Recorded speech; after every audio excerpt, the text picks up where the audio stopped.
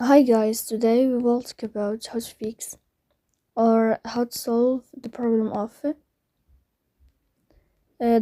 of restricted accounts on the application of Facebook. Here we go to settings. Here we go to apps, default apps, app settings. On above here you will search about Facebook app. Then this page of app info, you will click on first stop and you can click OK.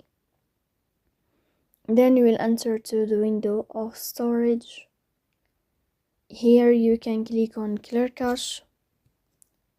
Then you can turn off your Wi-Fi and you can turn on your Wi-Fi again to fix that problem.